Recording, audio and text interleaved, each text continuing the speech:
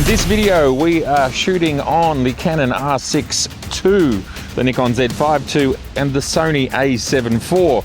And this video is about understanding where these full-frame professional entry-level cameras are. What can we expect from them, and how do they compare? In this video, we're going to be using the ubiquitous 50mm 1.8 that all of these manufacturers sell. They're all of similar qualities, but there are some differences between them. We will get into that. Along with that, I have chosen the 24-105 for all three of these camera mounts, although the Nikon one is a 24-120. They are all f4s through the range. Now, what's really amazing about all of these systems is how they do things differently. This video will not cover everything. Hopefully, we're going to just cover some of the things that you're most interested in seeing. This will not be an exhaustive video because we cannot have every lens, and I cannot go through everything that these cameras do. They actually do so many of these things differently. Yes. Even base ISO doesn't seem to be exactly the same across all of these cameras. The Z5II and the R6II, they are both 24 megapixels, whereas the a7IV is 33 megapixels. How does this impact us? Is it important? The Sony is the most expensive and the Z5II is the most affordable, almost $1,000 cheaper than the a7IV. So when you pull all of this together, and the fact that these cameras came out roughly 3.5, roughly 2.5 years ago, and very recently for the Z5II, this makes for a very interesting video that just has so many data points. All right, let's get into it. Please remember the chapter markers are here for you to jump to any part in this video at any time. See you there. The contemporary professional entry to 35mm censored cameras. Sony a7IV, Canon R6II, Nikon Z5II. I want to talk a little bit about the complexity of this video and actually trying to work out real world how these cameras compare. Each camera probably has something like at least 200 to 300 data points within it, from how it functions to the ergonomics to the menus to the lens selection, IBIS, video codecs, on it goes. And then if you multiply that by 3, then you're talking about at least 1,000 data points. But then in some of these things, we're talking about a scale within that data point. The permutations are, well, in the thousands. There is, unless we do university or scientific, professional scientific level testing, no way that we can get across all of that. 1, in the real world, and 2, in a video like this. So what we try and do is set up some real world scenarios, daylight, nighttime, a few different types of scenes, moving and not moving, and we try to create a baseline. My plan here is this is not the only video that's going to feature these three cameras, it's the first. And over time, I want to deep dive into some of the more important areas. For example, video codecs or autofocus, because just those topics alone would have hundreds, if not thousands, of data points because, as I said, it's not just binary. A lot of these things have multiples. For example, the number of codecs that each of these cameras have available to them might be anywhere between 15 or something on the lowest and maybe 30 on the highest. So there's just so much that you can look at. Then you can look at those codecs with different lenses. Then you can look at those codecs in night and day, and suddenly you've got, I don't know, 200, 400, whatever it is, permutations just looking at video codec performance. I think the most important thing out of any camera system is its image quality, because whether you shoot fast or slow, we all need image quality. Doesn't matter what you're doing, doesn't matter what your use case is, image quality. Autofocus is very important, and that's another major topic of discussion. But there are other areas like in-body image stabilization, connectivity, ports, ergonomics, build quality, and so on. Because image quality is, from my perspective, the baseline of any camera. If a camera has bad image quality, you don't want to buy it. If a camera has fantastic image quality, then you do want to buy it. And obviously a big part of image quality is lenses, which is something we'll talk about as well. Because image quality is the most important in this video, it takes up about half of the video because we are looking at 3 cameras, 3 times everything, 2 different lenses, 6 times everything, night and day, 12 times everything. And thus, even if you spend a minute or 2 on each of those variables, you're suddenly at 20 or 25 minutes. But what's important here is I wanted to show with real world data captured at the same time on the same rig with these cameras just a few inches or centimeters apart, the same settings, with the same lens where possible from the original equipment manufacturer. In other words, trying to standardize everything as much as I humanly could. Now, not all of this is perfect, and as I said, I want to do more videos where we dive into each topic one at a time because they are actually so complicated, and it really is quite hard to get these things as standardized as possible. And not only does that include the rig, but it also includes the file types. In other words, we shoot RAW and then we strip as much out of those RAW files as we can in order to have a baseline when we're editing. So that's another part of it. And also the same with video. When it comes to video, neither the Canon R6II or the Sony a7IV shoot RAW internally. Only the Z5II does. And thus we had to rely on log to get a baseline, which I think is fine for this test. I've been trying to collect as much data as I possibly could. A lot of the metrics, for example, what are the materials used to make these bodies? What are the composites or plastics?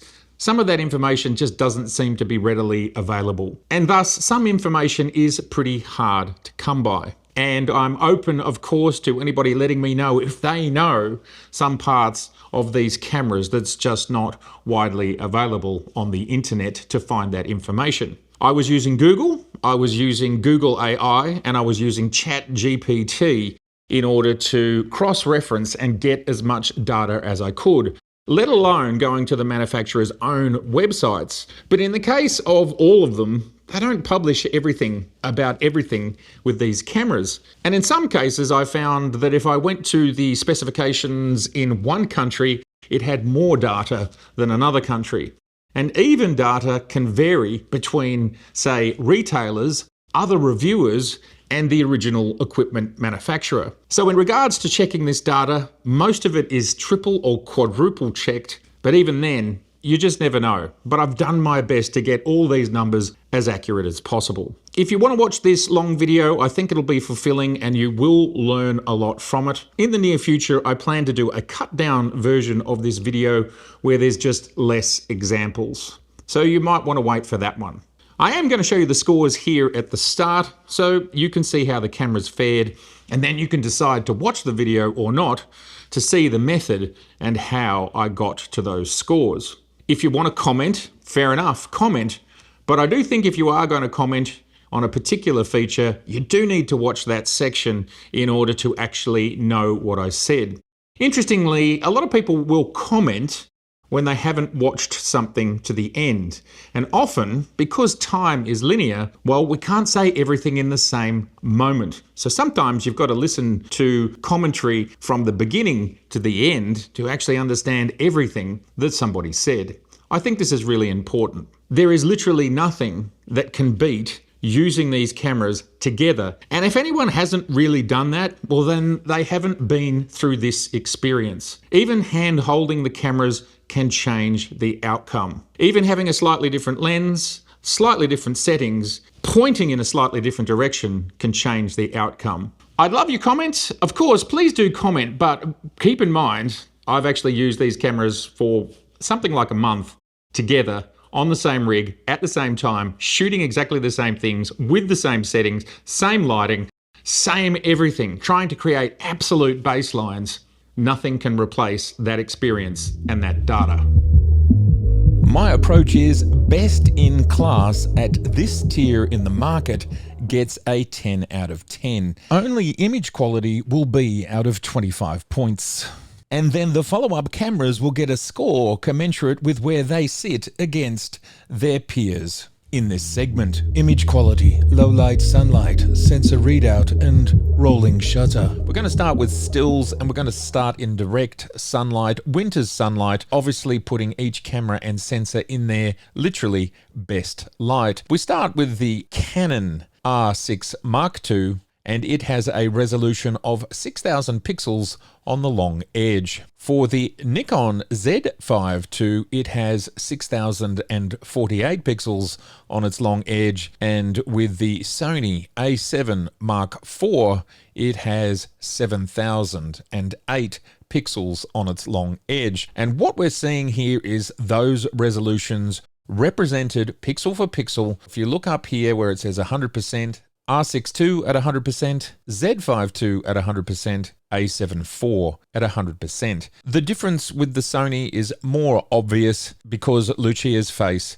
is slightly larger in the frame. Now, I also want to talk through my method and my process here. Of course, we had the rig where all three cameras are set up next to each other. There is less than an inch between them, probably something like 1.5 centimeters, which is half an inch, about as small as I could make it and still have wriggle room, attach cables, and continue to run the cameras as one normally would. So all of these images are offset by the difference between the sensors, which might be something like 15 centimeters or less. It's very minimal, and in the majority of shots, it's not that obvious. The other thing about the method is, of course, the camera settings were all identical. We have the same ISO, the same shutter speed, the same lens from each manufacturer where possible. And in this case, we're shooting with the 24-105 and the 24-120 from Nikon f4s. These are professional level lenses. Perhaps the Sony of the three is not a GM,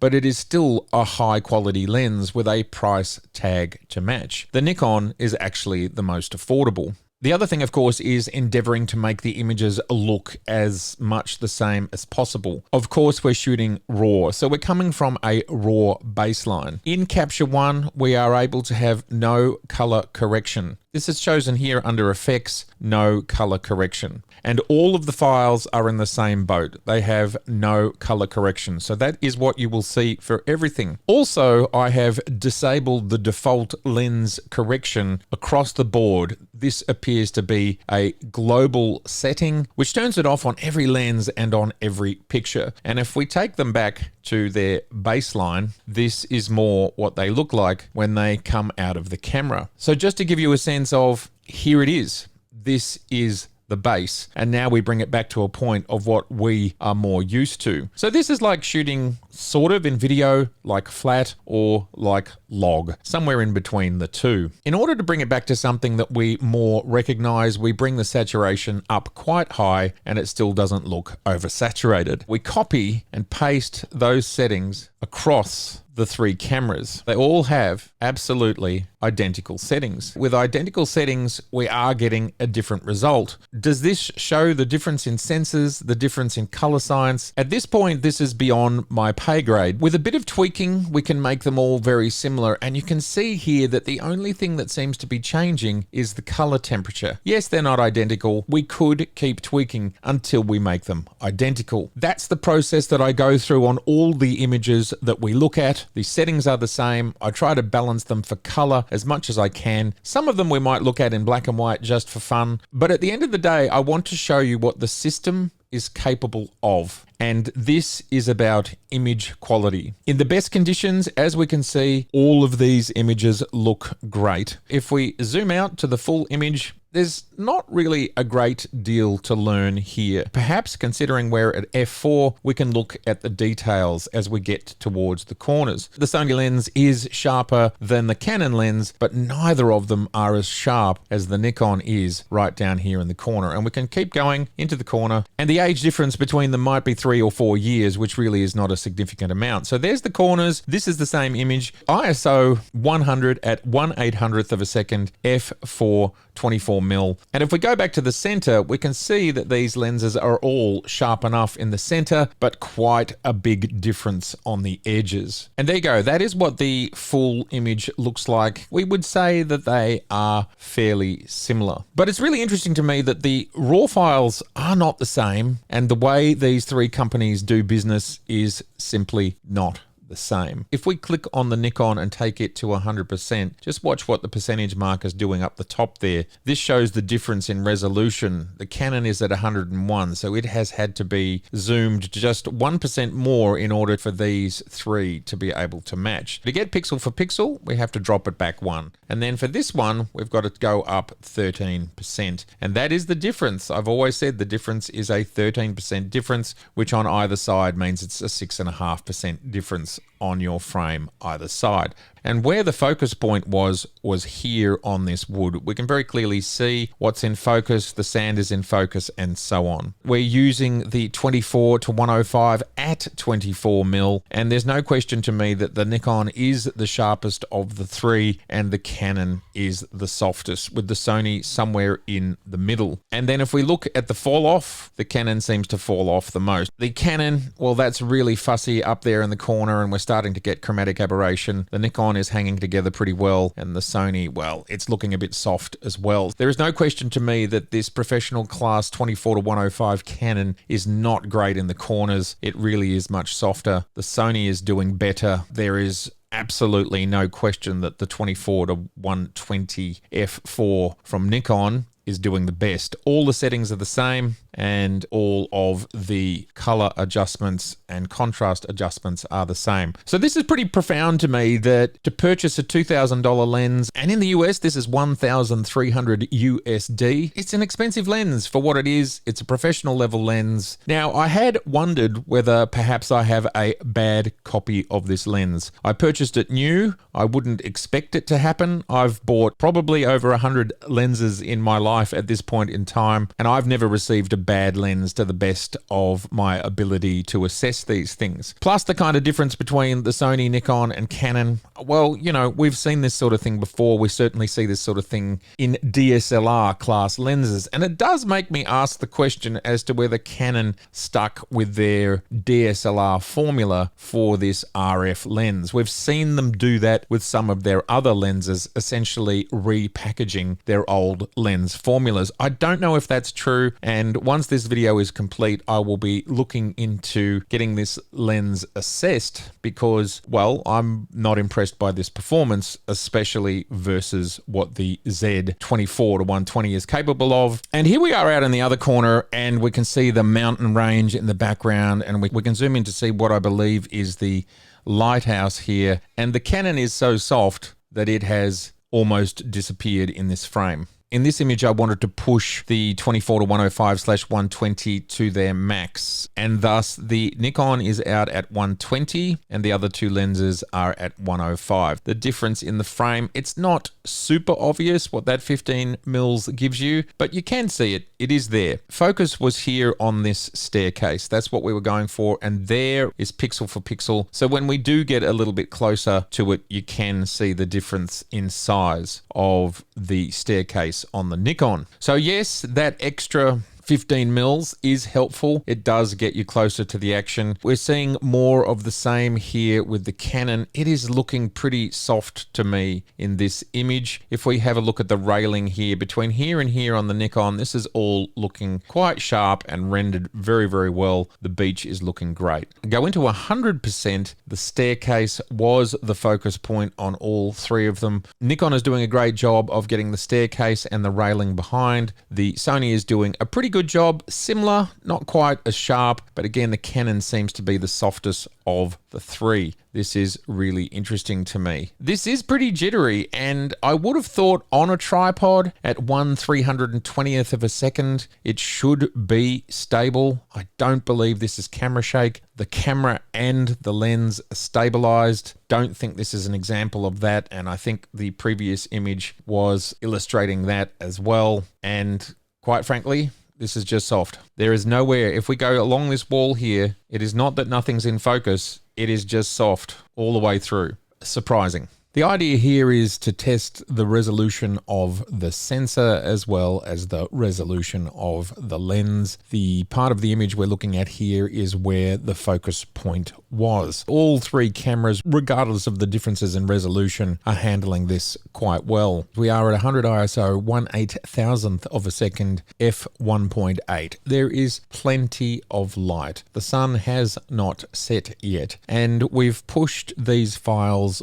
equally, one stop with exposure, and we've lifted the shadows half a stop. This is not much of a push from my perspective, yet when we look at the Canon image and we go into 200%, there is clearly more noise, far more noise from the Canon R6II than from the Z5II or the a7IV. This shadow area, again, it's pretty clear, even with dropping this down as much as we have, and we've got a great deal of light because we are at 1/8000th of a second. Now, you might ask, why am I lifting the exposure and the shadows? That is to preserve the highlights. That's to keep the detail in any of these bright areas. This is ISO 100, base ISO for all cameras, 1/8000th of a second, f1.8. There is plenty of light. Clearly we can see purple fringing with the Canon, next to none from the Nikon, and again with the Sony we see the aberration. These lenses are different prices. The Nikon lens is about twice the price, and thus that's what you get. But I think it's pretty awesome that you can still get an affordable 50mm, which is around $500 US, and it gives you this high level of performance without having to go to the 1.4 lenses that both Canon and Sony offer. It's a great result. The grain in the Canon, the most pronounced. Nikon and the Sony are fairly similar. Let's drop this shadow down to 50. As we can see from the Nikon at 100 for shadow, you're just not getting the same noise, and this is my expectation from these cameras, to be able to push them this hard and still get this type of result, especially when we are at base ISO on all cameras. Now all three are at that 50% shadow and about 1.5 stops lifted. Very, very normal in my world, often shooting in high dynamic range situations and expecting to be able to maintain highlights very well, but also to be able to get access to those shadows if I want a texture in there. Let's go into 200%. If we push these files back to what we had before my original settings, I would say the Z5II and the a7IV are similar, and the Canon is very noisy. With both of the Canon and Sony lens, as we look on the side here, there's something going on with these 50mm lenses, which is creating this edging here, something that we're not really seeing with the Z5II. This is a pretty harsh situation, and I think that green is coming from the lens because we can also see it in the cranes behind that green. It's really not handling that very well, and we are getting all sorts of crazy artifacts there. Canon up the top, it's purple fringing on the plants and on the trees, but we are not getting that green fringing. So this is probably the differences in lenses, but to create whatever is going on in here, which we can see doesn't actually exist, this is quite interesting and quite unusual. The Nikon is very clean. And if you're wondering if we've done any defringing on any of these, they are all set to 0. Are as raw as I can make them, pushing them as I would expect to normally be able to push them as you can a Nikon file. Very noisy outcome from the Canon.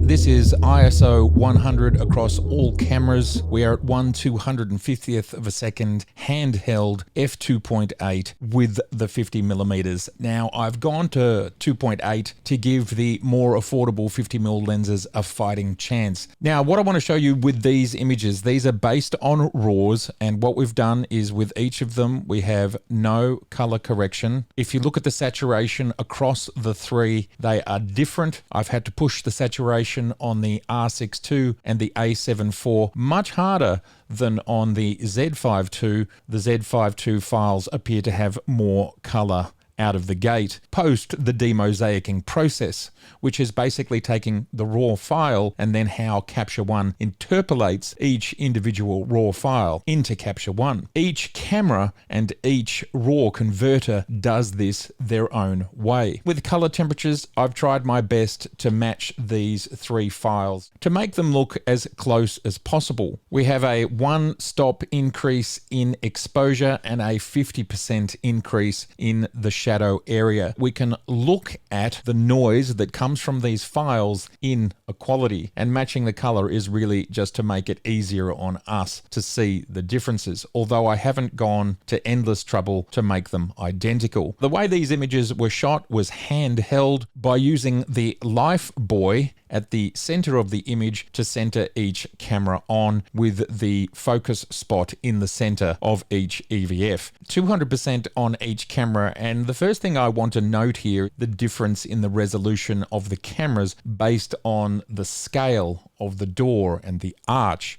The R6II has the lowest resolution at 6,000 pixels, and thus it has the smallest arch when we are pixel for pixel. The Nikon comes in second at 6,048 pixels on the long edge and is a little bit larger. And then finally the a7IV at 7,008 pixels. It can zoom in inverted commas, the most, giving us the largest arch and the largest door. This very clearly illustrates the differences in sensor sizes when we are pixel for pixel. The next thing that's very clear here, and our settings have not changed from what I explained before, there is clearly far more grain in the R6II than in the Z5II and the a7IV. Further to that, the Z5II clearly appears to be the sharpest. The Sony, even at 2.8, is soft, or Sony are doing something different with this sensor, believing that it has more resolution, and perhaps not doing the same amount of raw adjusting to the files as they come in through the demosaicing process. It's hard to know exactly what's going on here when we are trying to make the settings identical. Also, we have the lens correction disabled. We have more noise with the R6II, we have less resolution with the R6II, to the point where the word fire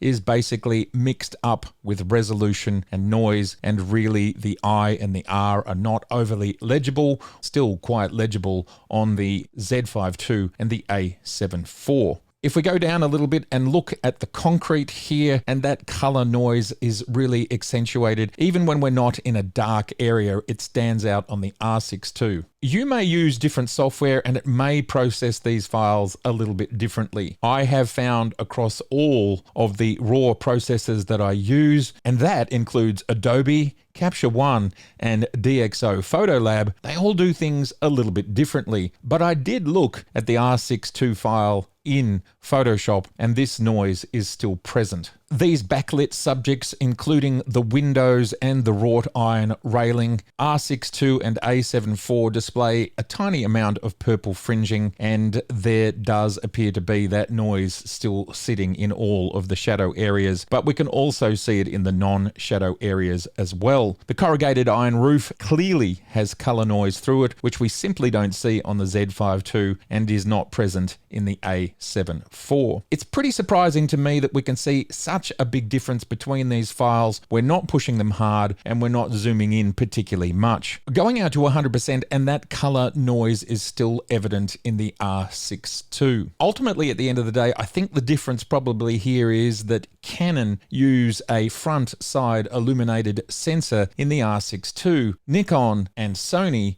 use backside illuminated sensors, and we know that that gives us better noise performance. And when backside illuminated sensors first arrived, at the time we were told it makes about 1 stops of difference. What's pretty surprising to me here is that at base ISO, without pushing these files very hard, how evident the difference is. This is quite profound and unexpected. I would have no problem if I saw this at 800, 1600, 3200 ISO, this sort of differential, not at base ISO. Ultimately, with this image, when we view it as we might view it on Facebook or Instagram, they all look very similar. But If you're interested in making enlargements or cropping in or pushing your files just that extra bit harder when it comes to exposure and shadows, well, we can clearly see in this demonstration which cameras are performing the best. But let's just go one step further in trying to understand how resolution affects these cameras. Let's create almost 40-inch 1-meter prints, and we look at them about as close as you can get. With thanks to Bruce from G-Clay Media, who you first met on this channel when he was showing us his Sony a7CR and a7R5 and his collection of Leica lenses. We printed out these prints, we mounted them, we looked at them, and we tried to decide which was which. This was a blind test. We didn't know. Bruce, what do you think? We've got the Canon, the R6II, the Z5II, a7IV. They're all full frame. We've printed them 1 meter, which is over 3 feet. Let's prove that. There you go. There's a 1 meter ruler. 1 meter ruler, right down the bottom. There it is. Indeed. Now we don't really know which is which, but even standing really close, there's nothing in it, is there, Bruce? Well, I think if I was going to buy on the basis of camera brand, I couldn't.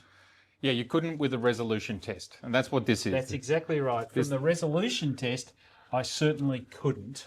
Well, I can tell you these images, there's no noise reduction. Plus, I've pulled all of the profiles out that Capture One wants to add as part of their profile. So these have been absolutely baseline, and then I've tried to match the colors, sort of, and exposures. They're a little bit different. Well, look, but this is a resolution test. And it's a resolution test. It's not a color test. But if you look here up at this wrought iron, which is probably the most detailed part, yeah, up here. you just can't pick it between the three. No, you can't. You can't. And they're all using exactly the same. We printed it on exactly the same printer with exactly the same profile. And the paper that we're using is the finest in terms of grain that is in the industry. The bottom line is whether you've got 24 megapixels, whether you've got 33 megapixels, when you're doing a 3 foot or a 1 meter print, we can't pick it. That's exactly right. We can't pick it. That's exactly right. You can't pick it. You can't pick it. I mean, there are other factors that come into play. Even when you consider this is all the 50mm 1.8s at 2.8, even the differences in the lenses don't really show in these prints. No. Now, when we pixel peep at 300%, we can see things. With a print like this, and let's face it, what sort of distance would you view this? A metre? Yes. Yeah, but actually I think a bit more than a metre, right? And then you've got no chance. No, you got no chance. All right, well, that concludes this part of the journey, Bruce. We're going to be doing more of these in upcoming videos. Can you tell which one's the Sony and which one's the Nikon? Interestingly, there's a 24 versus 33, but you can't see it. Yeah. What is the percentage difference on the long axis for that? 13%. Beautiful. I rest my case. We've done great work, Bruce. Thank you so much for your support. For now, there you go. There you have it from the expert, Mr. Connolly here. We can't tell which camera's which. All right. Thank you. And our final image assessment, because this could go on forever. Each image is at ISO 6400. We are at 1/15th of a second at f8 to try and make these lenses look as good as possible. We are on the 24 to 105/120. All lens corrections are turned off. All sharpening is at the same level, and there is no color correction or color profiles being added by Capture One. They have been disabled. Now, in the case of this file, we've got the same settings except for color temperature, which varies slightly between the files. There's a few things that we can look at here. Firstly, how is our noise going at 6400 ISO? Once we lift those shadows 50%, I think the a7IV looks the noisiest, but it is slightly brighter than the R6II. I think the Z5II is the least noisiest, maybe just, and it has a similar but slightly brighter than the a7IV. The mix of grain and lightness from the Z5II makes it best at 6400 ISO in the shadows. At 200% pixel for pixel, lifting the exposure one stop and the shadows half a stop, these files are looking fairly similar. I do think the Canon does have more noise up the top there. How does each camera handle the bringing down of the highlights in this very high dynamic range situation? And if we bring down the highlights the same amount on each camera, I do think there is less dynamic range in the R6II sensor. That is more blown out. We are recovering more of the highlight area from the Z5II and the a7IV. This neon sign at the top of the frame, from my perspective, the Z5II looks very sharp, very crisp, and there does appear to be less flaring going on there. We have more fidelity, more difference between light and dark inside the neon than we do on the R6II. The a7IV is sitting somewhere in the middle. Looking at this background area here, which is across the street on the other side of the road, these curtains, I think they are pretty sharp there on the Z5II, looking pretty good on the a7IV. And also, interestingly, the Canon is darker in this particular instance, which again, I think speaks to the general dynamic range of this sensor. They all seem to be capable of resolving the fine detail here on the balcony, and the way these lights at f8, they seem to be handling purple fringing pretty well. There's the slightest amount on the a7IV. The Nikon and the Canon seem to have suppressed it completely. Really interesting stuff. Image quality in video. The process of understanding image-wise what all these cameras are capable of is quite complex, because each camera company has proprietary ways of dealing with different aspects like dynamic range and how their RAW files work, and as their cameras get faster, they might drop down to 12-bit. And Canon, for example, when shooting more than 30 frames per second, does not allow for its HDR recording. Here, we are shooting at 60 frames. Conversely though, at 60 frames per second, Canon will allow for a full frame image. Sony and Nikon only allow for an APS-C 4K 60 frames per second, which is why this is the 24mm lens in APS-C to get the 60 frames across all cameras. And yes, Lucia and I are okay. So in this video, what we'll be doing, because there are so many permutations, we will be using some of the more widely used options. As I said earlier, one of the only ways to really standardize video on these three cameras is to shoot in log. This is what this footage is, and all cameras, the base ISO for log is ISO 800. From here, we're going to take a closer look at what they look like, zoomed in to 200%.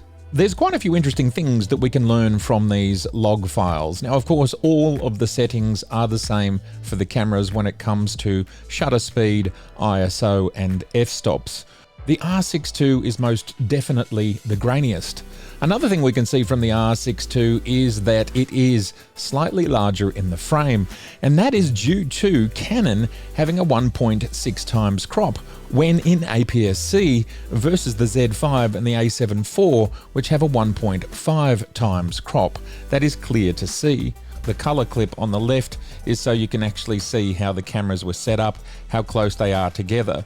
Now, we can pause here at any time, and when we look at Lucia's hair, the a7IV appears to be the sharpest. On the R6II, it appears that focus might have gone to the background, which is interesting because we are in APS-C, and thus we should have focus across this full area here because we're nowhere near the edges of the sensor. We'll just wait for Lucia to come back to the center of the frame, and focus has shifted on the Canon. If we look across all three images again, not much changes across the three. We're getting a pretty consistent look here. I'd say when it comes to sharpness, the R6II and the Z5II are very similar, and the a7IV is clearly the sharpest. The A7IV and R6II are shooting in 4:22. The Z5II is shooting in 4:20. There is literally less information being recorded with the Z5II. Clearly we can see the grain on the R6II. No signs of grain really on the Z5II, and the A7IV is somewhere in the middle. Sharpness is again with the A7IV. Indeed, in this particular frame, the Z5II might not be the sharpest, and remember we're at 200% here, which is the most pleasing of the three in this particular frame. For me, it's a toss-up between the sharpness and fidelity of the A7IV and perhaps the more filmic quality of the Z5II. And let's not forget, we're not exactly comparing apples with apples because the Sony has that 4:22 video in 10-bit. We can really see the noise in the R6II and the A7IV in the black areas, and I do think Nikon is probably doing a little bit of noise reduction here to minimize their noise, which might have a minuscule impact on perceived sharpness. And observe at the top here, R6II and the ocean right at the top of the frame is flickering a lot. We are not seeing that in the Z5II or the A7IV. Ultimately, what we learn from observing this is all of these cameras are giving us an amazing result when you think about the price that you pay, that you can shoot 4K 60 frames per second in 10-bit log and get these amazing files. But there are differences. And if we just go back and look at my jacket there, it's fairly clear which is grainiest, which is least grainy, and I would say the Z5II, which displays the least grain, I think that grain is being mitigated by a little bit of noise reduction.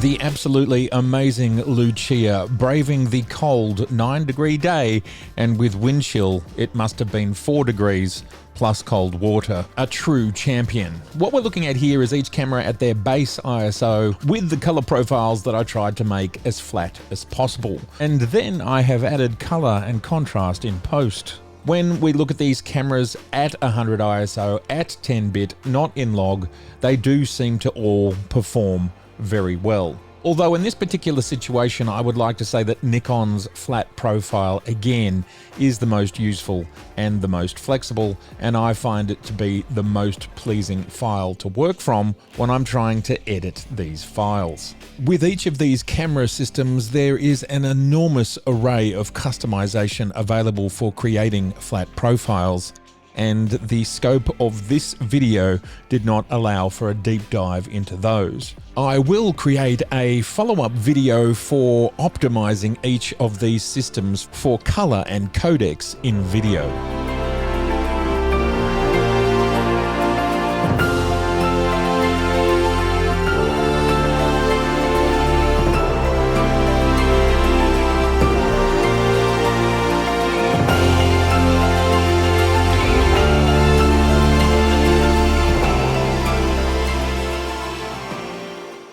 When it comes to rolling shutter, I think these cameras are working fairly similarly. Although what I think I can see is that the in-body image stabilization does impact the rolling shutter because it takes up some of the speed. Either way, they're all pretty similar.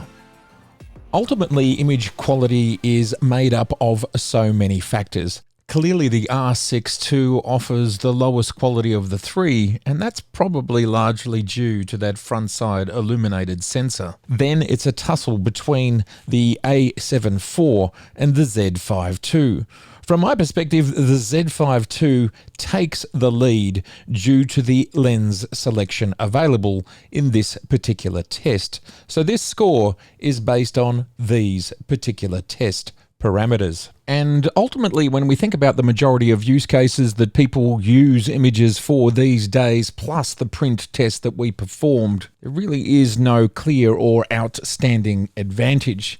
And ultimately, it comes together in the package, and image quality is about the whole package. Autofocus, sunlight, low light, and action.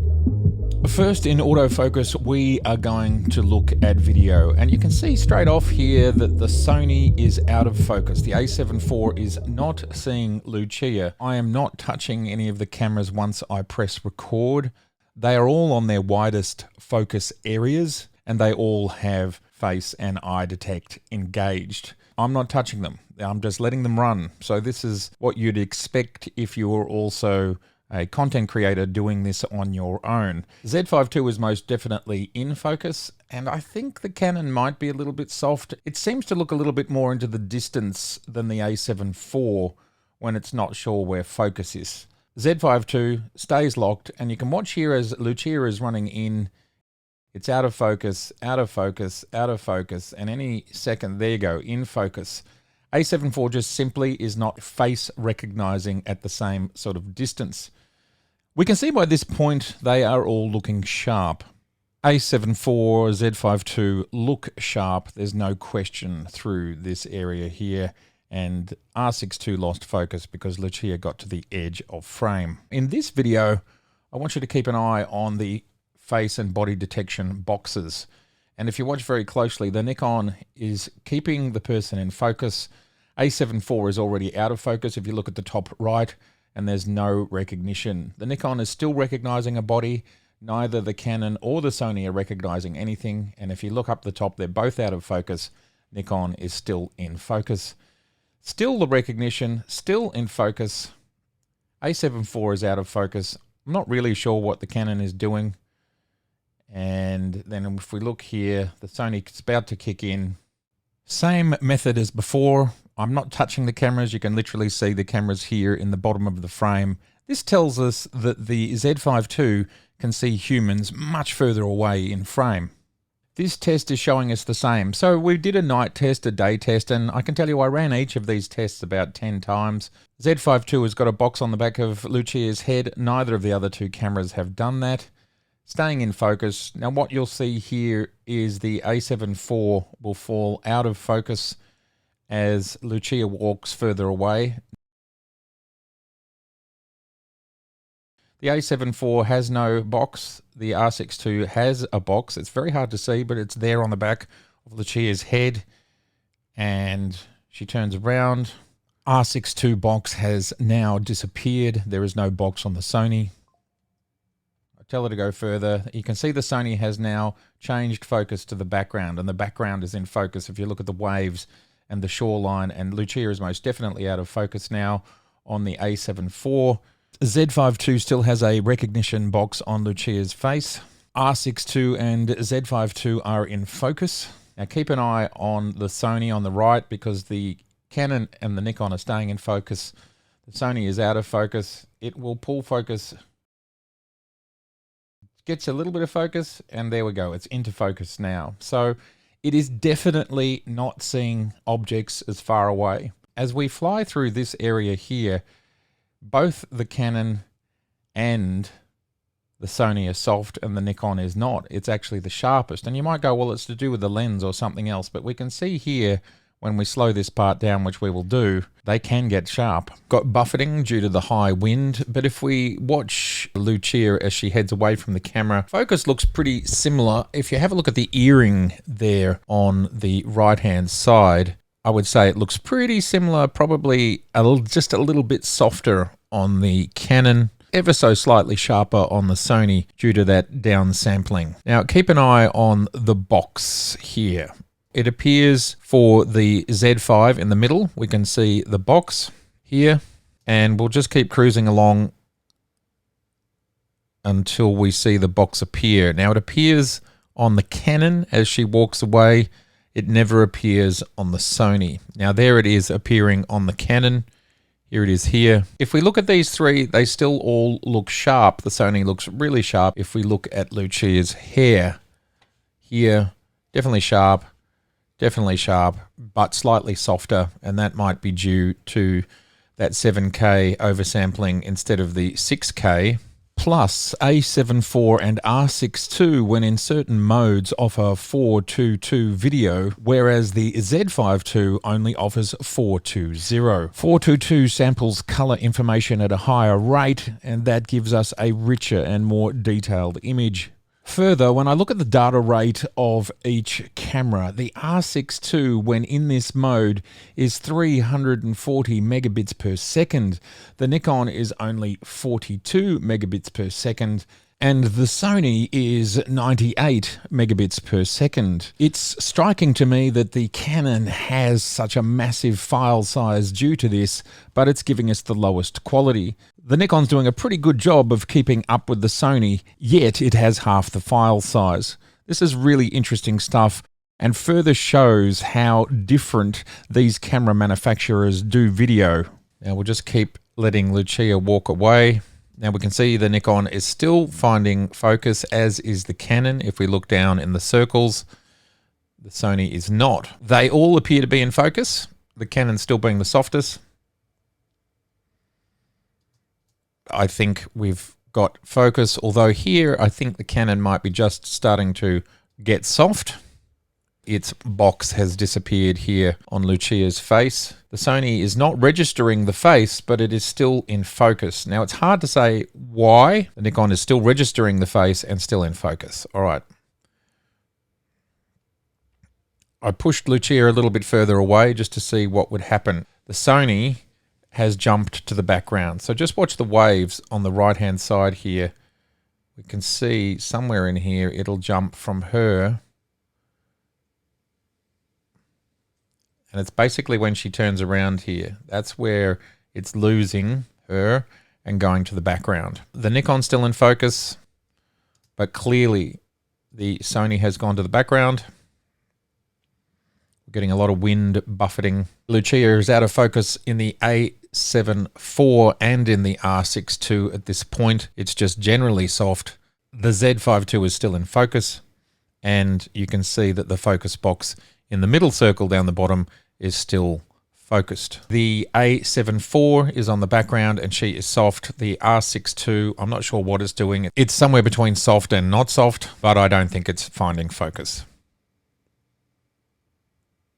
Now we just saw the Sony here do a little bit of a pulse from out of focus, in focus, back out of focus. It's working on it, but did not recognize her and did not maintain focus. The Canon maybe has found some sort of focus, but it's either soft lens, soft focus, or just softer codec. Hard to say. Okay, so we're just going to go through this slowly. The Nikon continues to be in focus, which we can see it is the most focused of these three. It is Nikon, Canon, Sony in that order at the moment. And now Lucia is looking up. She is still out of focus on the A7IV.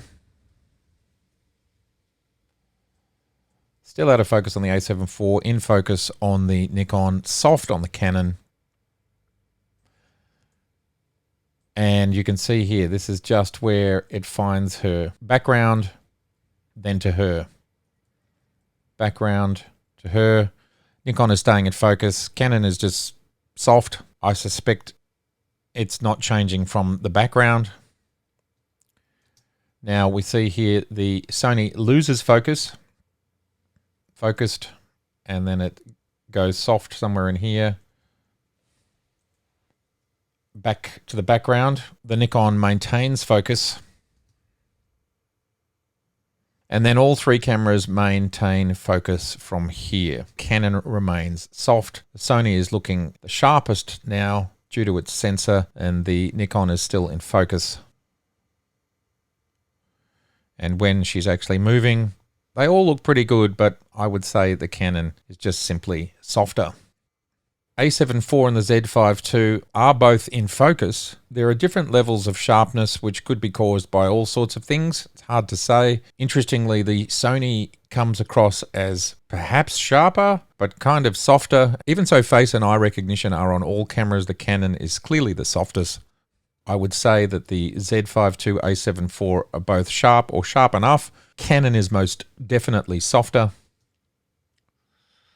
Now here we might say that the Z5II is looking sharpest if we look at eyelashes. I'm not sure what the Sony's doing here. I don't believe I had any skin softening going on. Is this to do with critical focus, and is it more on the earring? And of course the Canon continues to be soft. Is that on the earring with the Sony and not on the eye? I would say the Z5II is the sharpest now on the eye. These lenses, there's the Canon, and it can be sharp. That's definitely sharp on the eye. The Nikon is definitely sharp on the eye, and the Sony can also be sharp on the eye. What was going on in those previous frames just back here? The Sony looked softer. It looks soft. Why does the Nikon basically have more detail here than the Sony? We go through to this other shot. They all basically have the same levels of detail. And that just simply might be that they are not maintaining critical focus when she's running towards the camera, because that is sharp now on her eyes and eyebrows.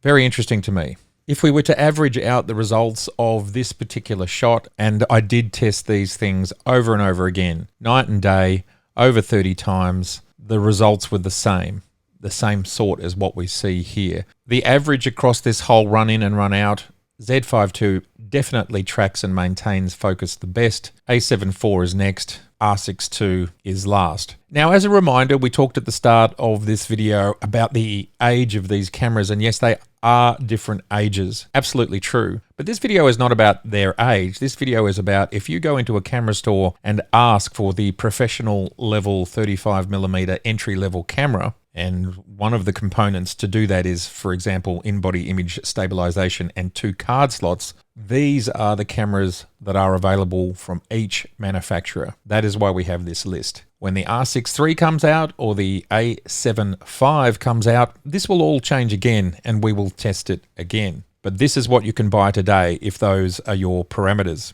And it's really interesting to me that the Nikon Z5II, which is a very affordable camera, is actually delivering such a strong result. When there's a lot of conversation around Nikon's autofocus capabilities, yet what I'm seeing here is with these cameras that are at the same level in the market, this is what you can buy today if you ask for those parameters. It's clearly doing very, very well.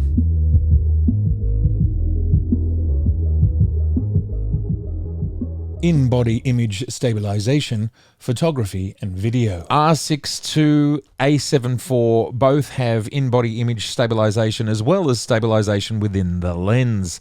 The Z5II is IBIS only. R6II 8 stops, Z5II 7.5 stops, Sony a7IV 5.5 stops. Now we can see that the Z5II and the a7IV look pretty similar most of the time, and the R6II is the smoothest, but I think they're doing a pretty reasonable job considering we are just on the standard level.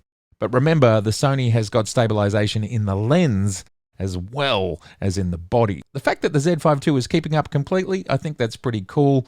We did get the odd jitter in the R6II if you go back and watch.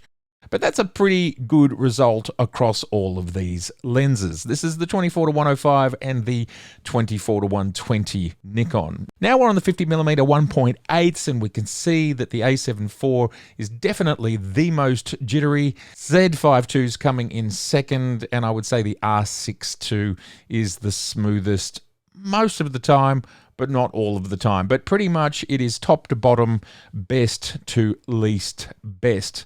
It's quite interesting to see how each camera reacts a little bit differently. They have slightly different algorithms. They're pretty close to the same. Now another opportunity to look at rolling shutter, and again we can see the 3 cameras are very, very similar. Another little walk here, and I would say once again it's top to bottom, best to least best. This test, 3 cameras being tilted, as you can see. Now, if you look at the Nikon in the middle, sometimes it just stays pretty much still while the other 2 are jittering around. This is all being shot. You can see exactly my movements, but just watch how that Z5II is able to stay smooth while the other 2 move. and it's the only one that doesn't have stabilization in the lens. It's absolutely amazing, and I'm just playing this clip again so you can just see, you can get a chance to look at the difference and what the Z5II is capable of. From my perspective, it's pretty impressive. It's sort of like a tripod mode when you're standing still. This is me taking a photograph handheld of the images that you saw earlier in this video. This is what they look like further out. R6II on the top, Z5II in the middle, A7IV at the bottom.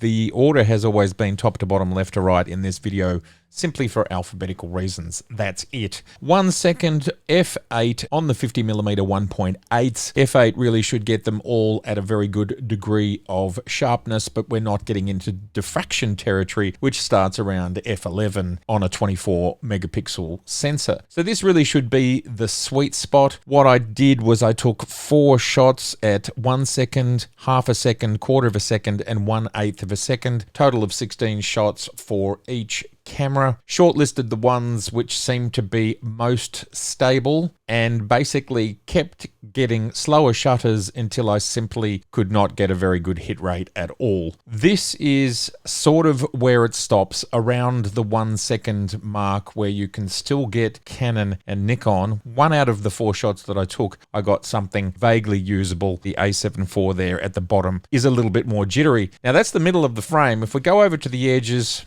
the stabilization gets more exaggerated as to how successful it is or not. We can see the Sony is definitely losing its way on the edge there. Z5II is a little bit softer, and the Canon seems to be best here on the left. But if we go over to the other side, A7IV down the bottom there is even worse. Z5II looks the best. R6II is definitely coming in second. R6II and Z5II, you could probably get away with 1 second if you took a few shots. The thing that I really need to stress here is this is handheld. So whether I'm absolutely guaranteed to do exactly the same amount of movement or not movement, employing the best field craft that I have, cannot be guaranteed. So this is a test that's based on averages, and that's simply how we're working it out. But because the results were the same across 1 second, half a second, quarter of a second, the cameras came out in roughly the same order. And by the time the R6II and the Z5II got to around 1/8 of a second, somewhere between a quarter and an eighth of a second, pretty much every shot is a good one. Whereas the A7IV, even a 1/8, every shot was not the best. So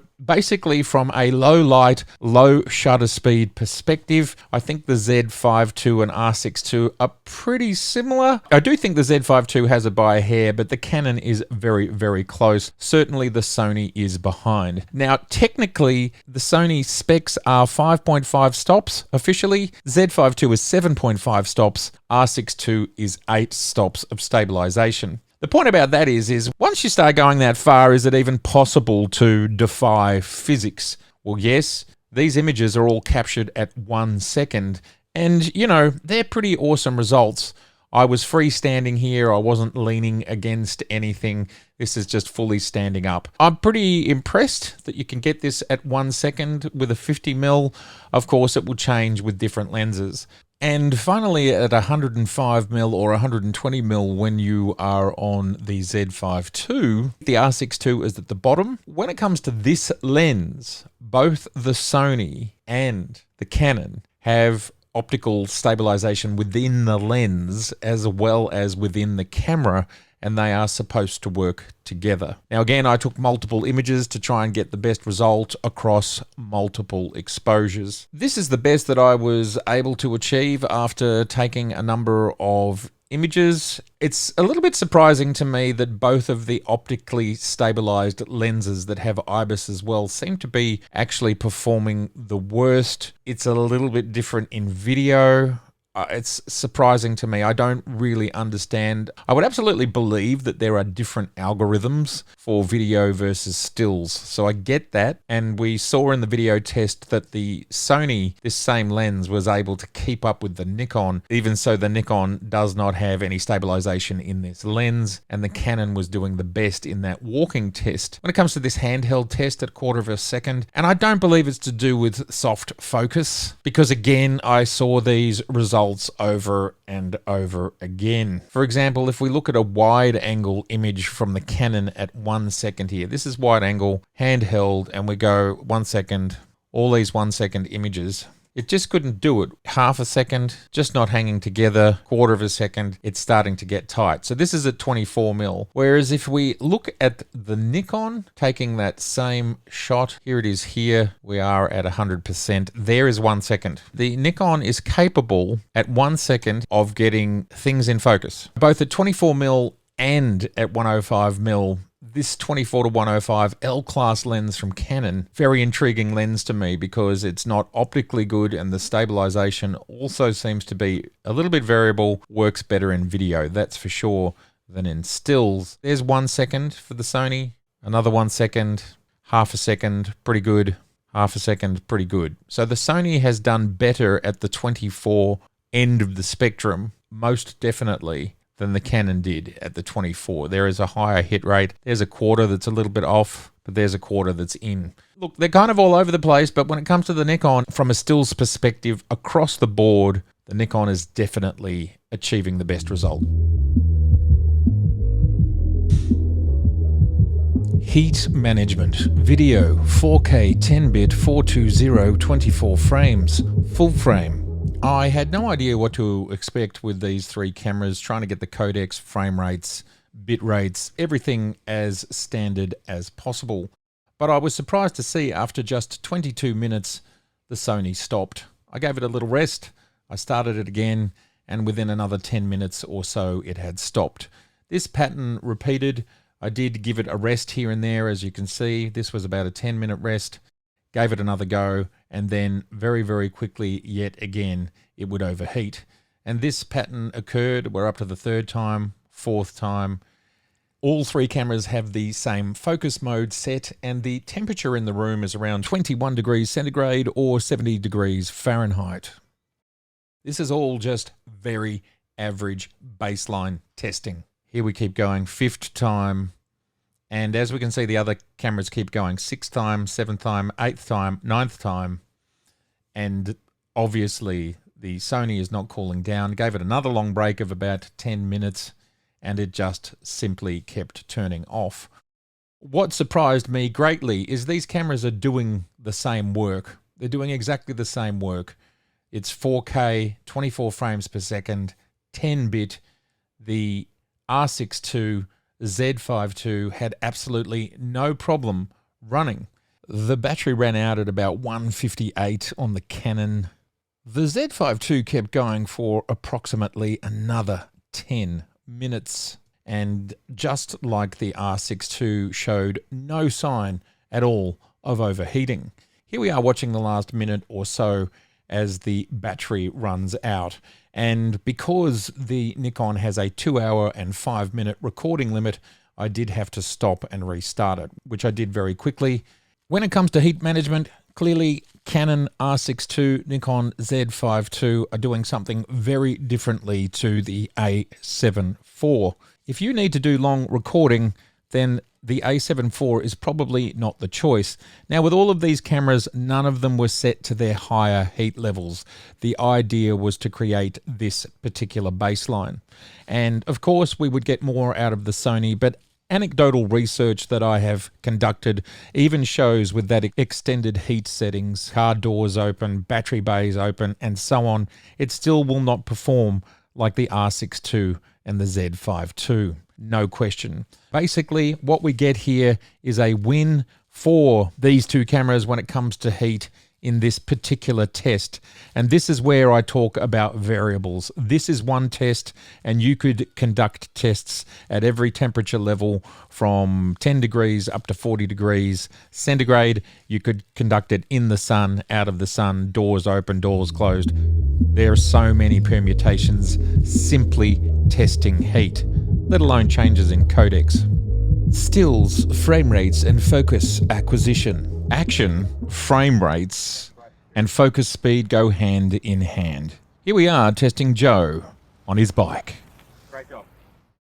This test is not for color and it's not for lens corrections or camera corrections. This is about autofocus, and part of autofocus is lens quality and sharpness. We can see relative difference within the lenses here in this test. What this test was Joe riding at 30 kilometers per hour, pretty much directly at the camera, and I put all of them into their best AF tracking modes and shot them at their maximum speed that they could shoot with a shutter, because all of these cameras, when moving to electronic shutter, do display rolling shutter. And because all of them are relatively fast, the A7IV is the slowest, doing 14-bit at 6 frames per second, but we dropped it to its 12-bit option, which is 10 frames a second. It's the slowest with a mechanical shutter. R6II and Z5II are just a couple of frames faster each.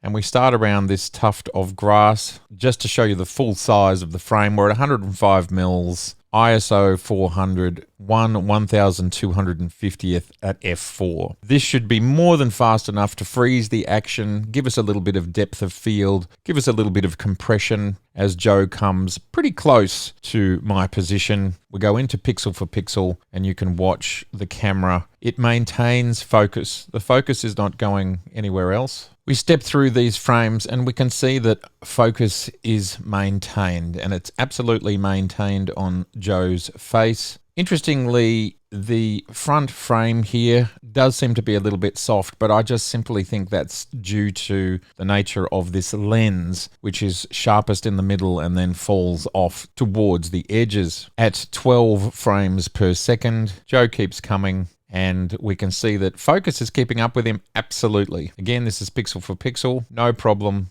Doesn't really seem to change the look that we're getting. That one's probably a little bit softer, back into focus again, but that might be one frame across quite a number. That's slightly softer. Ultimately, a great result.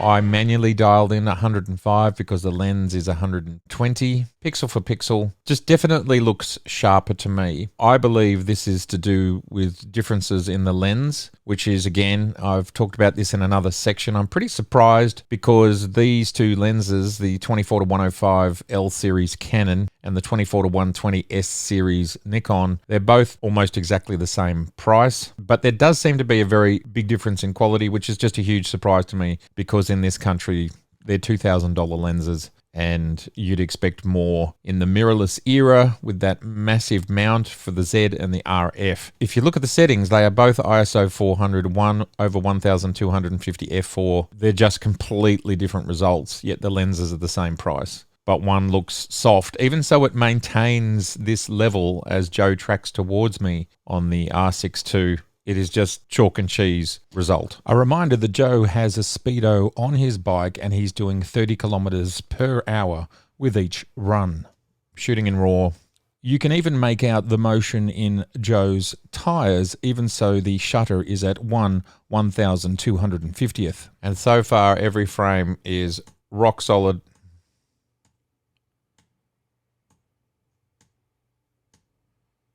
And just look at the detail on Joe's bike. If you look down at the suspension area and his face, everything is rock solid. This is f4. We would absolutely be expecting that. And you can just see how big the full frame is. Pixel for pixel, staying sharp. That one, there might be a slight difference in that one, just like we saw in the Canon. Sharp, sharp, sharp, sharp, sharp. So there might have been one frame that wavered, if you're lucky, and the wavering was so minor, most people wouldn't tell.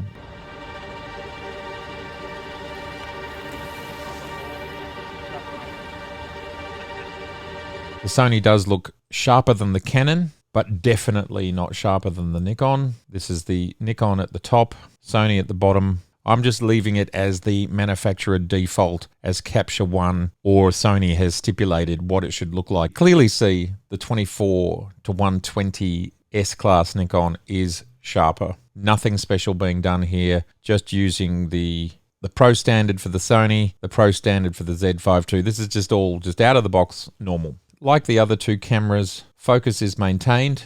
No question, it just seems to be a little softer. We can see here that the A7IV is definitely maintaining focus. That's absolutely true. Does it lose focus anywhere along the way? Not yet, anyway. So what we can take from this is all cameras are maintaining focus, and it's the lenses that are giving us slightly different results. R6II buffer size allows for 12 frames per second at 14-bit RAWs, and we get to around 100 images before we stop. This is in mechanical shutter. The buffer takes about 20 seconds to clear with that V90 SD UHS-2 card.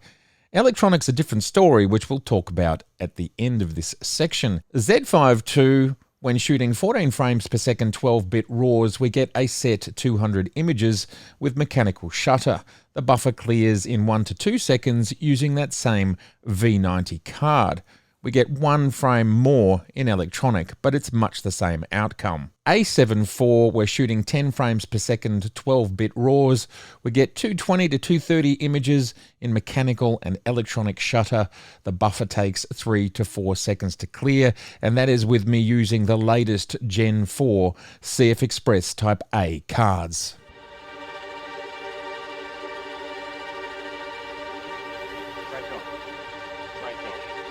There you go, that is the focus test, speed test.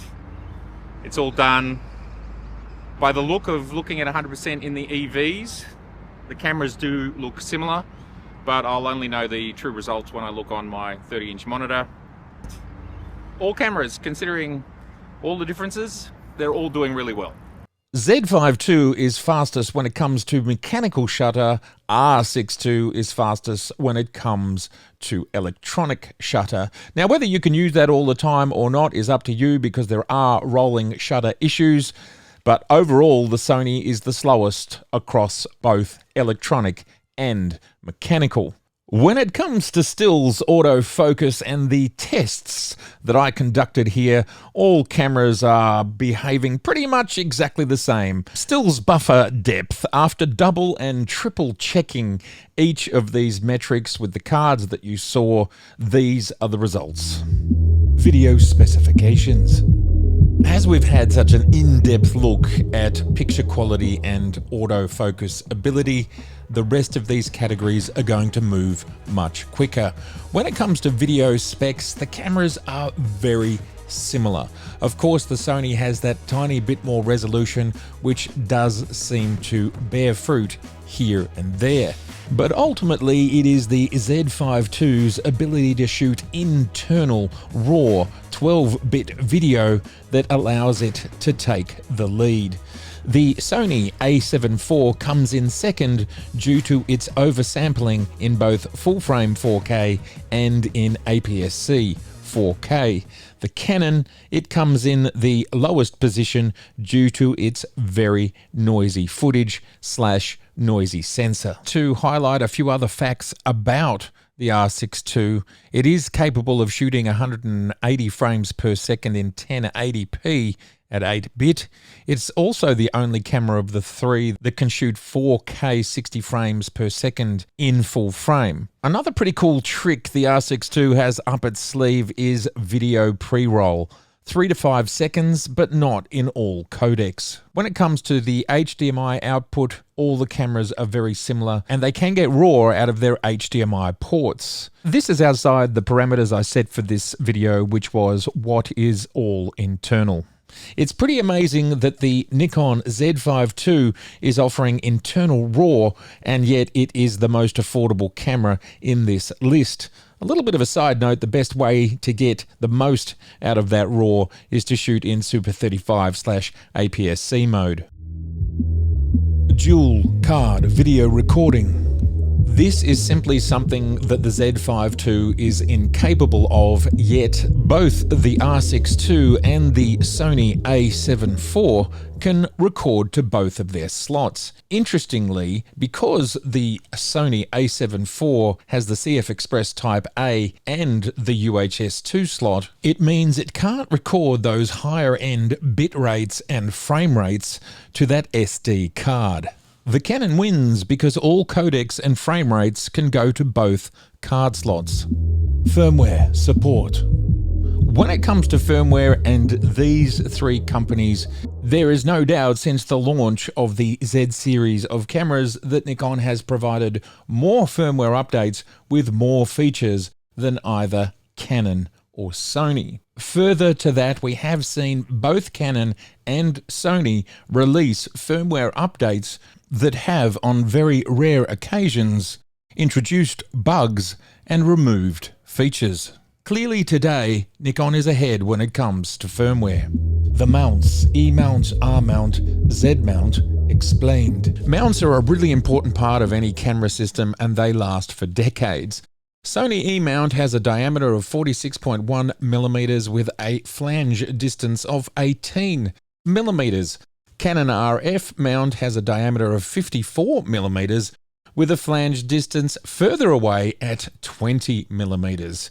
And Nikon is both the largest and the closest. That has its advantages, a diameter of 55 millimeters and a distance of 16 millimeters. What does the largest and closest mean? Well, not only does it give great opportunity for optical design, but it also makes the mount the most adaptable. Being this adaptable means the Z mount can do something that the RF and the E mount can't do.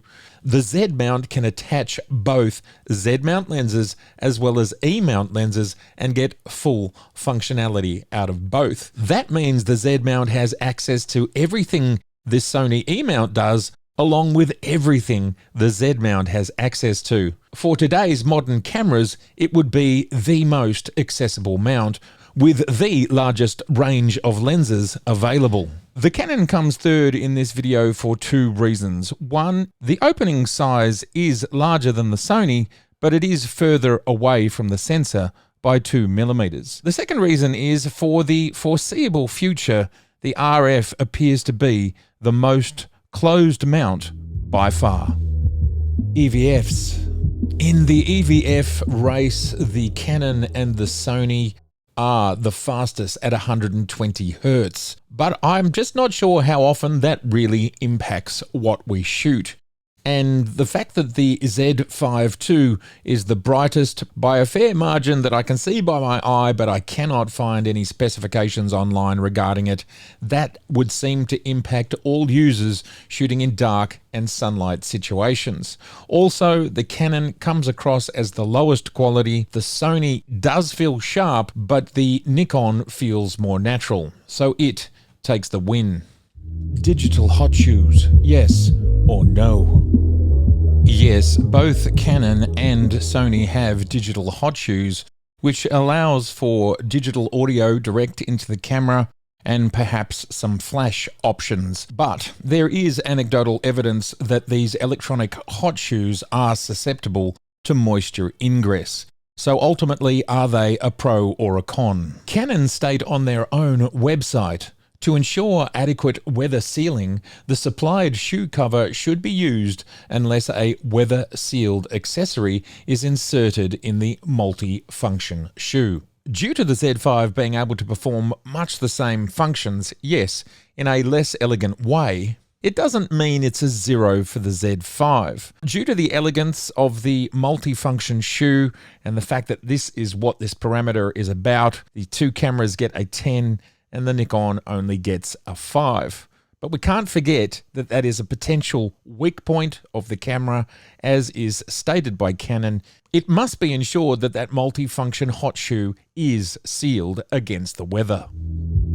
Card slots. The R6II, Z5II and a7IV all have 2 times UHS Type 2 slots for SD cards.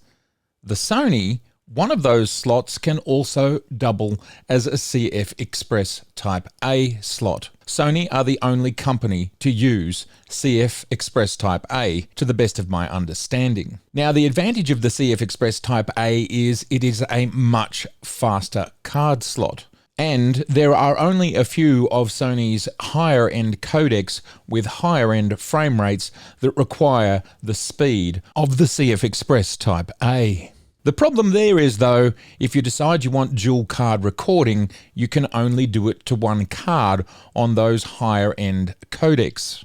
And thus, due to the fact that the Canon is the only camera that gives you usage of its two slots all of the time for both stills and video, it takes the win. All three cameras allow recording of stills to both cards. Lenses, first party, third party, and adapted. When it comes to lenses, the race is fairly clear to me. Yes, all camera manufacturers offer high quality lenses. Perhaps in the case of this video, some of these lenses from some of these manufacturers are not the best that they offer. Yes, Sony has more native E-mount lenses than Canon and Nikon, which are very close to each other in their number count. But the fact that Nikon can mount all E-mount lenses along with an enormous array of other lenses, including Fuji XF lenses, that both E-mount and RF mount can't mount, there's clearly no question here that the Nikon Z5II can mount more lenses than the Canon R6II or the Sony a7IV. But it's more than that. It's also the enormous array of extraordinarily high-class Z-mount lenses, which includes lenses like the 35-50 and 85 1.2, the Plena, along with the extraordinary telephoto lenses that we've seen from Nikon over the last 2 or 3 years. Nikon takes lenses. Ergonomics. Ergonomics, from my perspective, is about two things. It's about comfort and comfort over time, as well as usability. Now, it's really interesting how different these three cameras are, yet they all do the same thing. They all have very much similar functionality, but gosh, do these manufacturers do it differently. Sony, from my perspective, and I have owned the very first of alpha cameras, the Sony a7R. They have always been too small, and it is only now in the very modern era of the A9 III and the A12 that it seems that Sony's have become large enough. Still, in the A7IV era, as this camera is around about 3.5 years old, the camera from my perspective is too small between the grip and lenses, especially lenses like the 24 to 105 f4, which on my A7 III, when I took it to Europe for a month, it rubbed on my fingers the whole time I was doing street photography. For people with large hands, these cameras are a tight fit. But there's more to ergonomics than simply the feel. There is also the function. Nikon is the only camera that has two function buttons on the front of the camera beside the lens, and these buttons sit exactly where your fingers are sitting when you're holding the grip. The R6II has one function button in that position, and the A7IV has none. What it does have there is the lens release button, which is perhaps why Sony only recently put one button in that position, and it's a fairly long way away from that lens release position. It's counterintuitive from my perspective for them to have put the lens release on that side, because you won't be releasing lenses whilst you're shooting, but that's what Sony has. Also, other ergonomics includes where are the power switches on these cameras. When it comes to the Z5II and the A7IV, the power switch is on the shutter button. They are in the same position. So turning the camera on and off one-handed very quickly as you take it from your side up to your eye is easy and instantaneous.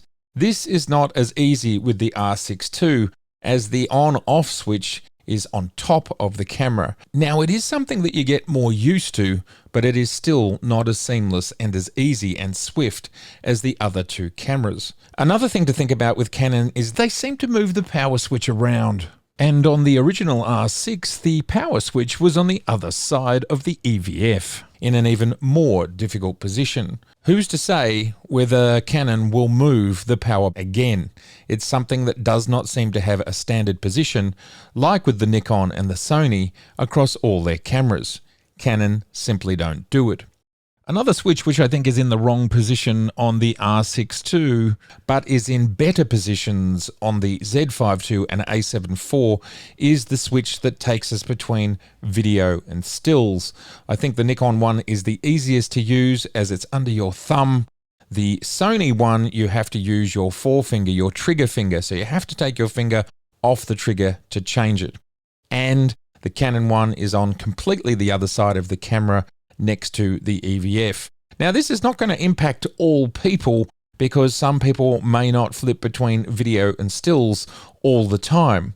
My use case, I'm constantly doing it, and the position it's in on the Z5II seems most optimized for speed and ease of use without taking your hand from the shooting position. There is just simply so much to ergonomics, including weight.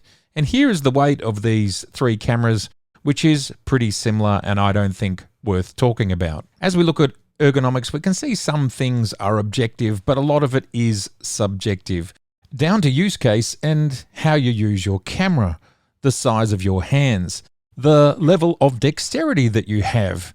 Do you have to wear gloves? And were you trained to use a camera in the 1970s, 80s, noughties, 10s? Because this will change the buttons that we are more familiar with. And thus, there are just so many permutations in the ergonomics and how people use their cameras. Further to that, in this video, we just simply can't cover all ergonomic aspects of these cameras.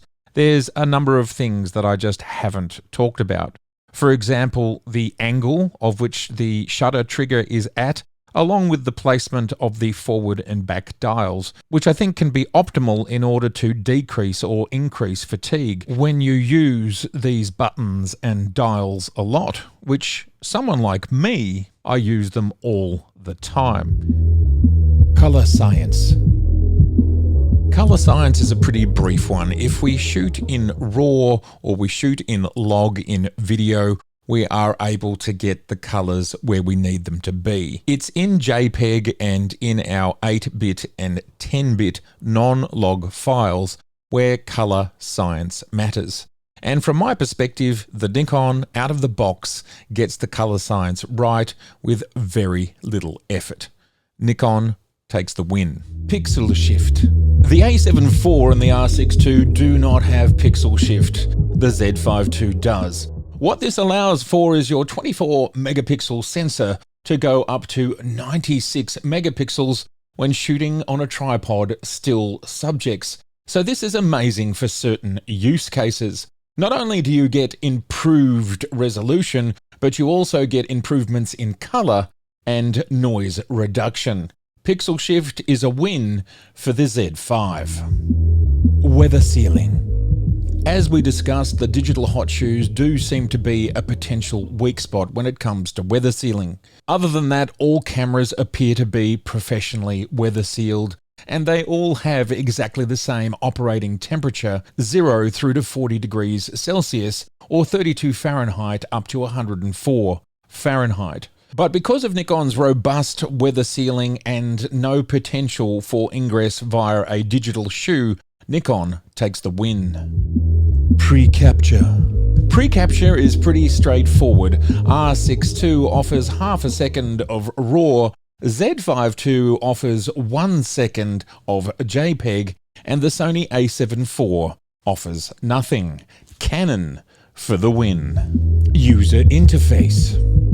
When it comes to how you interface with the user interface, this will change your opinion of each of the three systems. I use the multifunction joystick to move around the screen. Others may well do most of their settings via touchscreens, of which they all have. If you use touchscreens, then maybe Canon takes the win by a hair.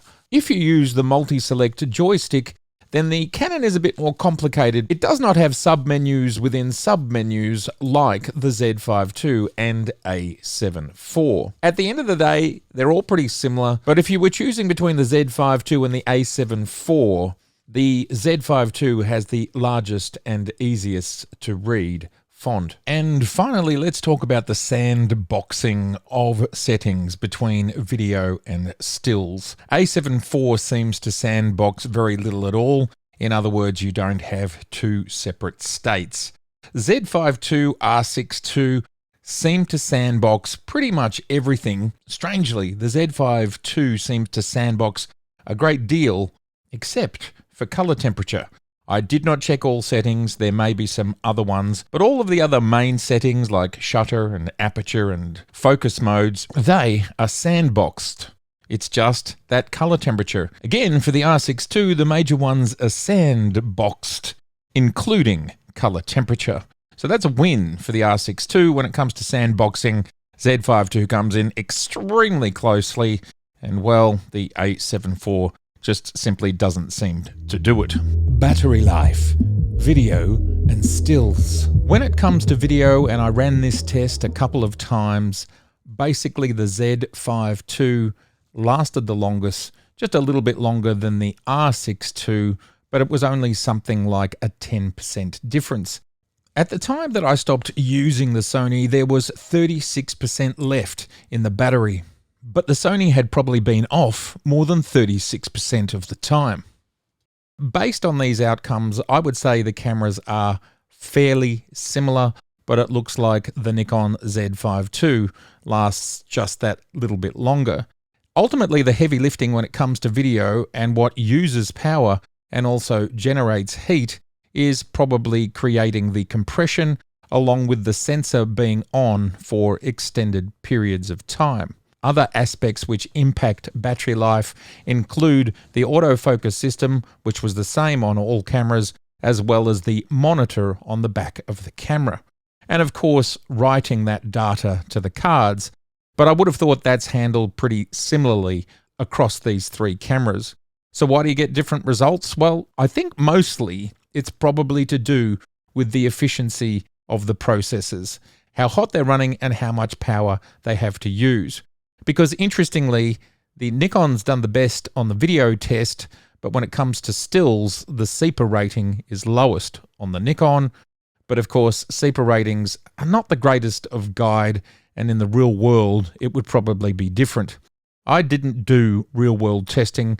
Ultimately, my opinion on battery life for stills is you tend to get something like 2 to 3 times more than what CEPA says. In the modern mirrorless era, you're probably leaving home with at least 2 batteries. Or what I do is I always have a USB-C PD power supply, and I just simply plug a right-angle cable into the camera, and it can just keep charging if and when I need it to, or if I have a break.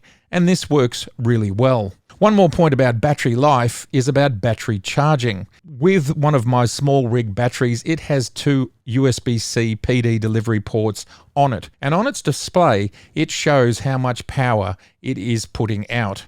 9.2 volts goes to the Z5II and the A7IV, but only 5.2 volts go to the R6II. This bore out by multiple recharges.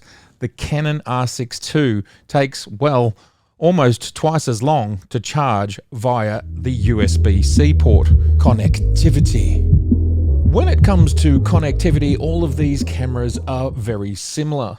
But we will talk about the differences which lie in USB-C charging, HDMI, the multi-interface shoe, and in Bluetooth speeds.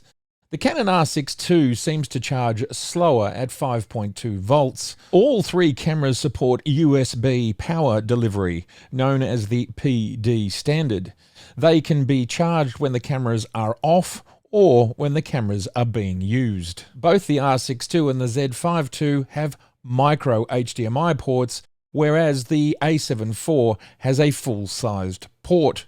The multi-interface shoe is something that I've talked about before. The fact that the Nikon hot shoe is less functional, and that is specifically what this category is about, it does lose slightly there on that front. And then finally, the Sony is slightly slower when it comes to Bluetooth. These largely minor differences will not affect the majority of use cases or the majority of users that will purchase these cameras. Build quality. When it comes to build quality, I think this is partly objective and partly subjective. Because the way materials feel, the way they behave, the way they act, that can influence our opinion on what the quality is. So from that baseline, I'll give you my very best. Both the Canon R6II and the Nikon Z5II have rubberized grips. The a7IV has a hard plastic grip. I prefer the rubberized grip. It's a little bit softer and a little bit easier to hold on to. Now, what does this mean about build quality? It being more comfortable and more friendly gives me the sense of quality. Which will last longer? I don't know. I think both of them, having owned cameras for tens of years, it's likely both of them will last as long as they need to. A next area I noticed some difference was the hinge on the rear screens that flip out. The Z5II has the tallest, the longest hinge, which means there is more of a connection between the camera and the screen via that hinge.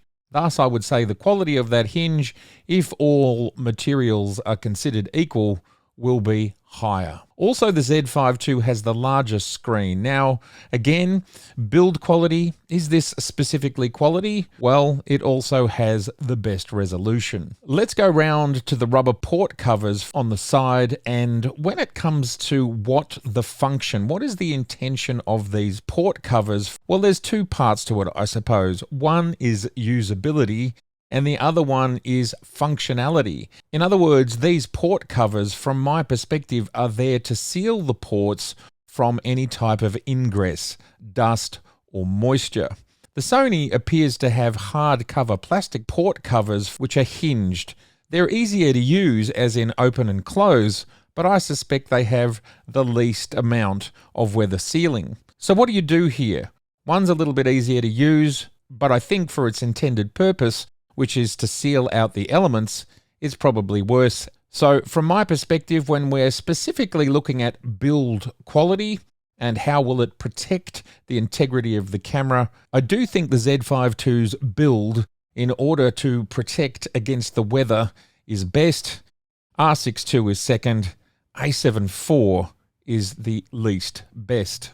And then we talk about switching gear. Another place I noticed differences were in the video switches. Both the R6II and A7IV seem to be lighter switches and harder to use. This is a little bit of a mix of build quality and ergonomics, but I do think these things are very closely related, and I would give it to Nikon when it comes to that video switch. Another one is the on and off switch, one of the parts of the camera that we probably use the most. Again, just a mixture of ergonomics and build quality. It seems to me that having the on-off switch under your trigger finger is the most efficient way not only to build the camera, but also to use the camera. A7IV and Z5II both have the switch in that position. The R6II is on top of the camera. You have to move your finger to another location and then come back to the trigger. It also seems to be a less efficient way to actually build the camera. Overall, the build of the cameras are actually quite different on the externals. They all have different textures and different qualities about them. Ultimately, the externals, I do believe, across all three cameras are some form of composite.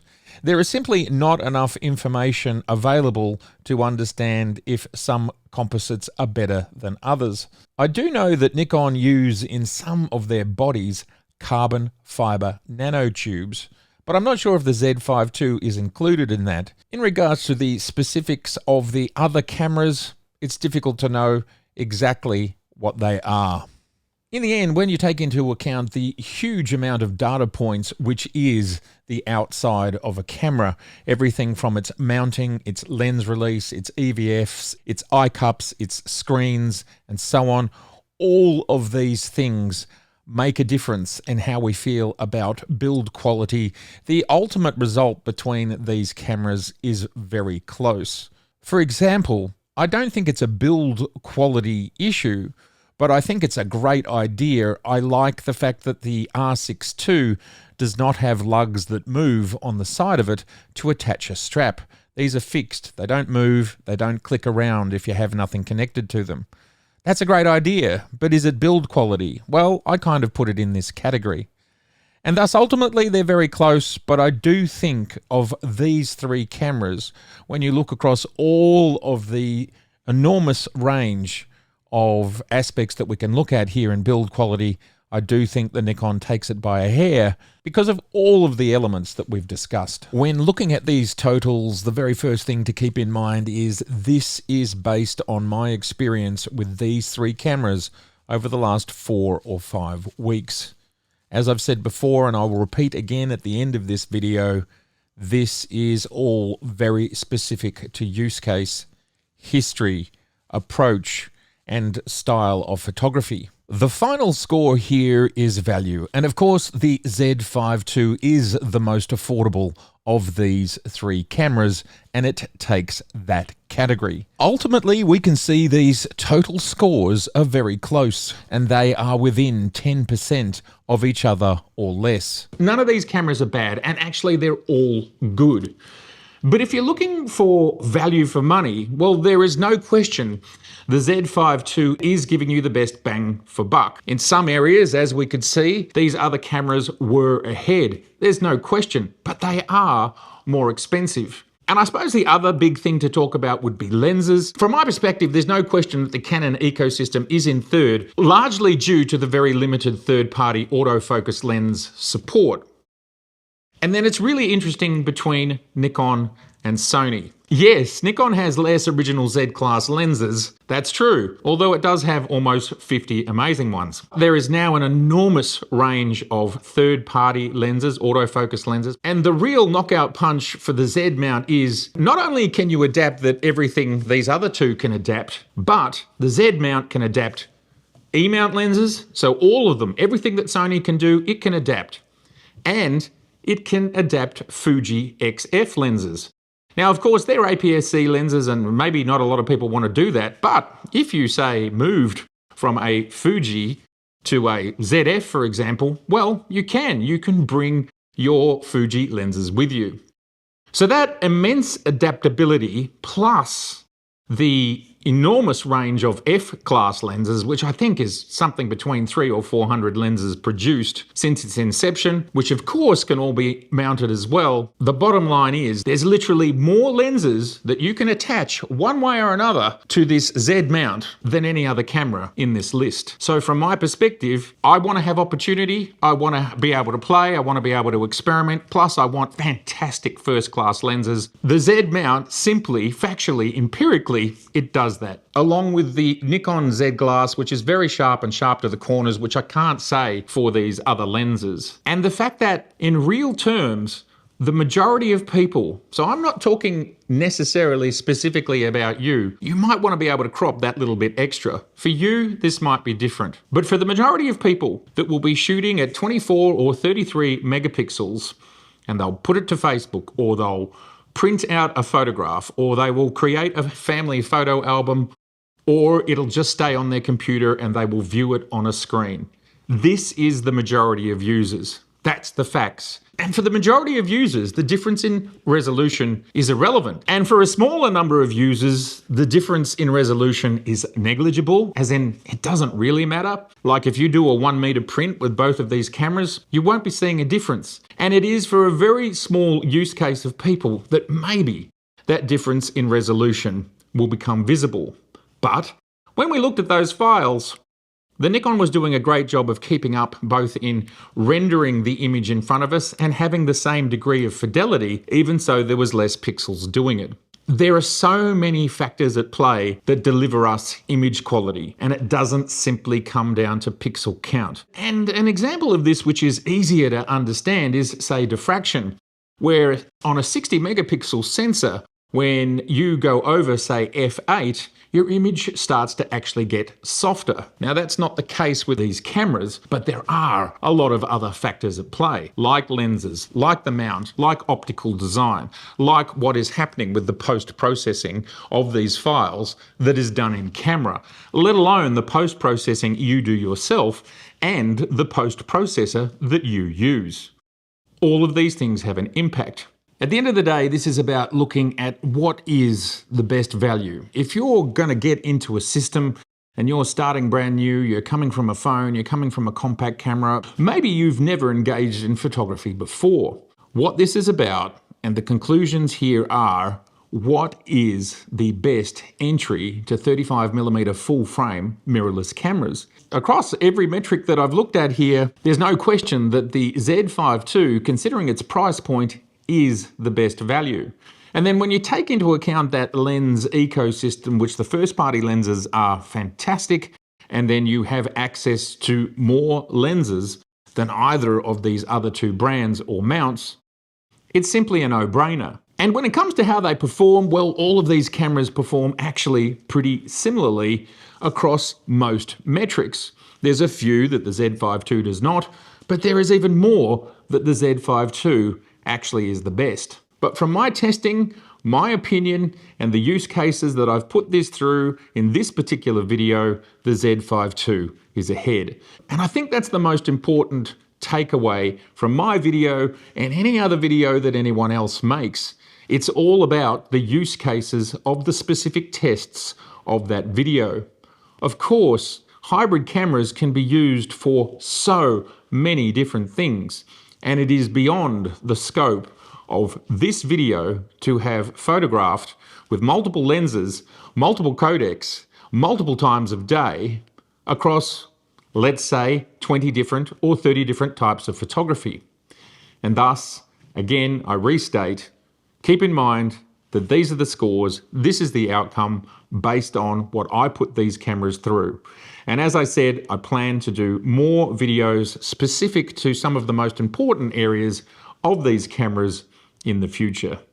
I would really love to know your thoughts. That's what this is about. This is about starting a conversation and beginning a baseline for this channel to begin to explore what these different cameras do, because they are all amazing. There's no question of that. There's no bad cameras here. They're all good. We just have one that's really great value. It's keeping up with the other two. And, well, as I said, in some cases, it's actually better. That's pretty cool. And if you are interested in seeing the original rendering of this video, this is how I saw it. And it is different to the copy on YouTube.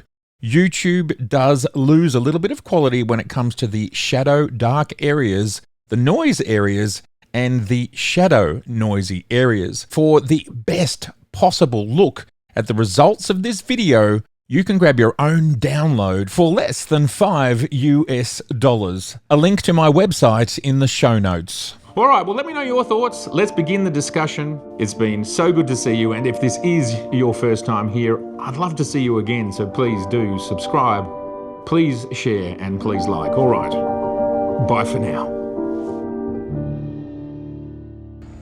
This is the rig. It's a crazy rig.